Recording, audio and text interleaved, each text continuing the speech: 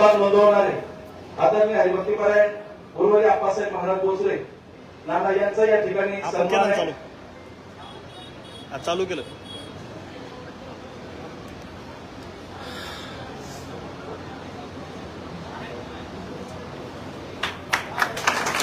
आदरणीय हरिभक्तीपरायण शिवसेनेकार राजेंद्र महाराज वाघमारे यांचं या ठिकाणी पूजन आहे.